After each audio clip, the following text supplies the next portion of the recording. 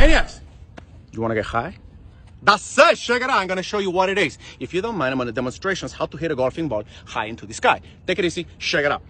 When you put the club behind the golfing ball and you want to hit a nice high soft shot that lands nice like that one, not like a laser beamers, you're going to do these two things very, very gooder than the rest is.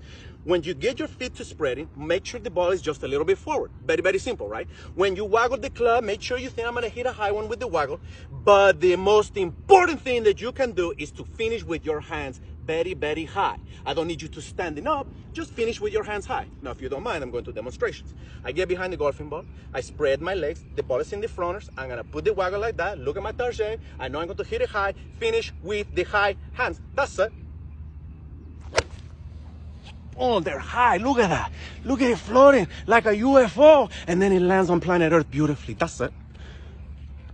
Here's Moe Norman, coined the best ball striker of all time, with a very unorthodox swing thought. With my driver, kick. That's how far back I want the club on the ground. With my driver. And then 22 inches past, I used to put 2 tees up and make sure I hit the tees with the blade square. Not. And that's what I see now. I see all that now in my imagination. And the ball goes dead straight every time. Notice here I got this hula hoop, and this shaft represents the ground. This represents the golf ball. A lot of people think, oh, let's come in and make simultaneous ground and ball contact. Well, I wouldn't suggest that. If you do, you only have this much ball to hit, a little sliver of it way down below the equator, and the club also is adding loft as it's going through. What I want you to do is come in and look at it like this. Now if I come in and I hit it somewhere in the middle, anywhere in here, you got this much ball to hit. Then it drives up the face and also has compression. So with that in mind, if I'm going to hit these shots, take the soccer ball, if I catch it in the middle and drive through it, up in the air and went. Take the basketball and I try and take simultaneous ground and ball contact, I skull it. So think about that. Your choice. Yes? No. See you later.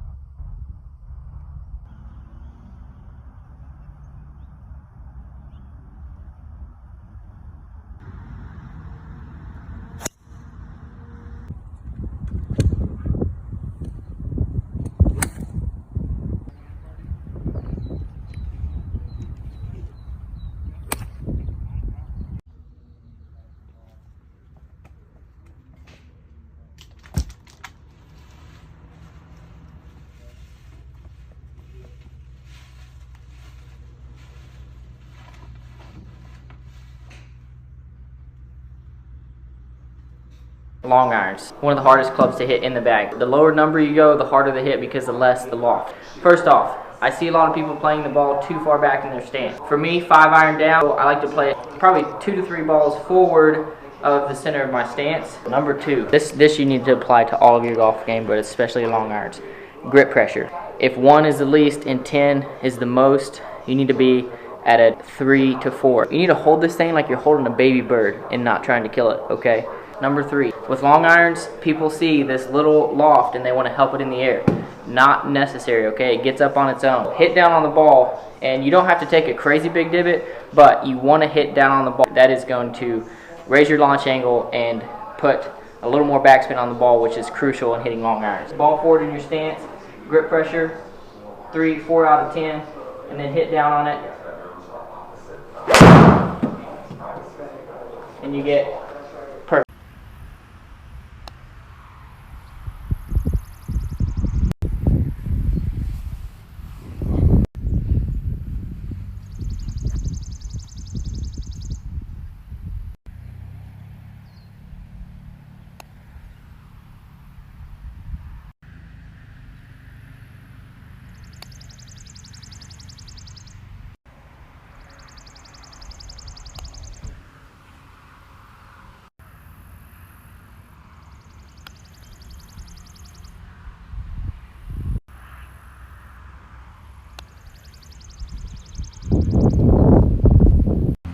Oh yeah.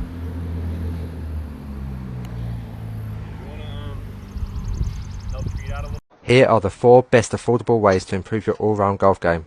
Golf hack number 1, the golf ball box. Place a golf ball box a grip length away from the golf ball. The aim is to hit the golf ball and miss the golf box. This will teach you to hit up on the golf ball using a driver.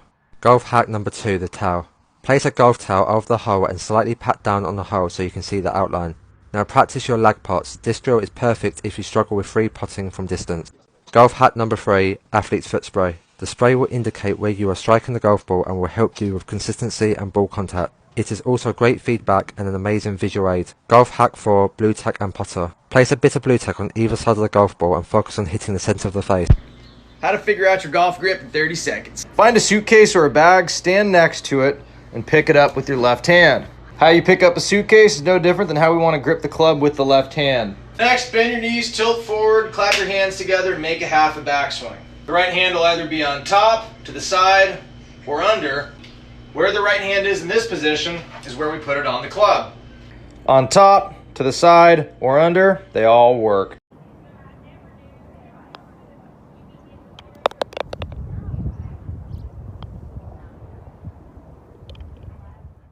How to never hit this shot again. The duff. Such an awful shot and slightly embarrassing. Easily done though when the ground's soft. All it is the heel digging in. So let's take the heel out of the equation. Next time you step up to a chip shot, lift the shaft more vertical, taking the heel slightly off the ground, lined off the toe. Take the wrists out of it and play more of a pendulum action.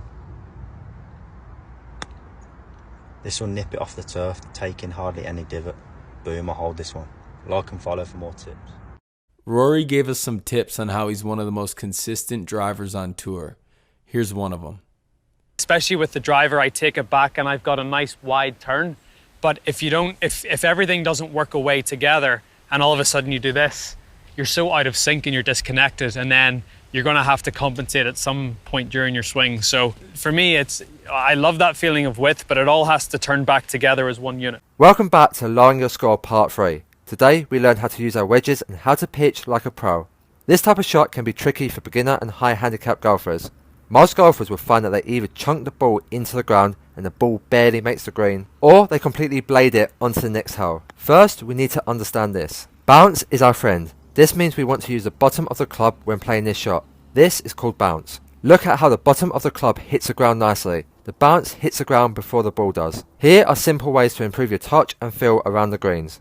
Number 1, a narrow stance. Number 2, open up the club face so you can utilise the bounce. Number 3, take practice swings and really feel the bounce hitting the ground, back and forth just like this. Number 4, let the body do the work. Rotate through the swing nice and smooth. Finally, soft hands. Have a lighter grip when playing this shot.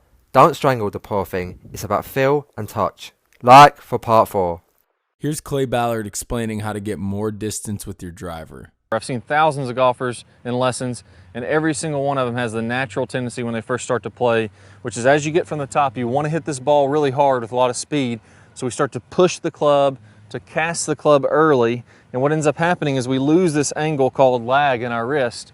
We burn all that speed up back here, and then when we get to the ball, the club's actually slowing down. What we want to have happen is we want to actually increase this lag as we start down, get a good sharp angle here between our club and our arms, and then from there, we have to release this club out in front.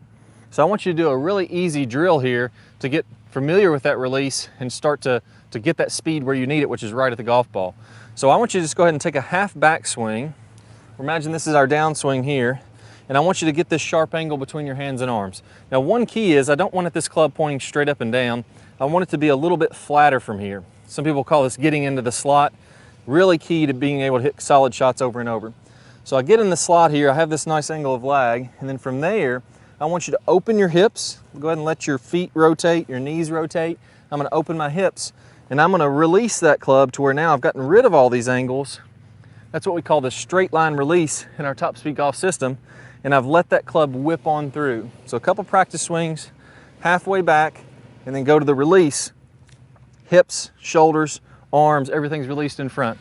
Do that about 10 or 15 times just to get the overall feel of that motion. You don't have to try to do it fast. Just get that feel. Then we're going to incorporate that same feel as we're making a full practice swing. So your full back swing, I'm going to feel that lag. I'm going to feel the club release in front. If I do that, now I'm going to get that whip action happening right at the golf ball. If you always visualize releasing in front of the golf ball, that makes things so much easier as you go out to play.